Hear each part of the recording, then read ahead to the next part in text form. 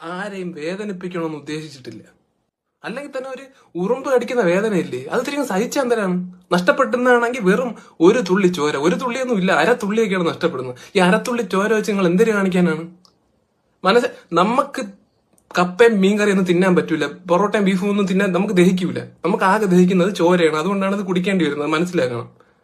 വേറെ ഏതൊരു ജീവിയെയും കൊല്ലുന്നതിന് മുമ്പ് നിങ്ങൾ ഒന്ന് ആലോചിക്കും, കൊല്ലണോ, ഒരു ജീവനല്ലേ എന്നൊക്കെ ആലോചിക്കും. നമ്മളെ കാര്യത്തിൽ മാത്രം അതൊന്നുമില്ല.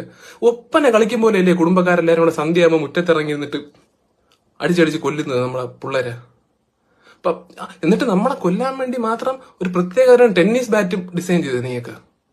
പാമ്പിനെ, വിഷവിത്തായ പാമ്പിനെ കൊല്ലാൻ പോലും ഒരു യന്ത്രം ഇതുവരെ ഉണ്ടാക്കിയിട്ടില്ല, പക്ഷെ നമ്മളെ കൊല്ലാൻ ഉണ്ടാക്കി.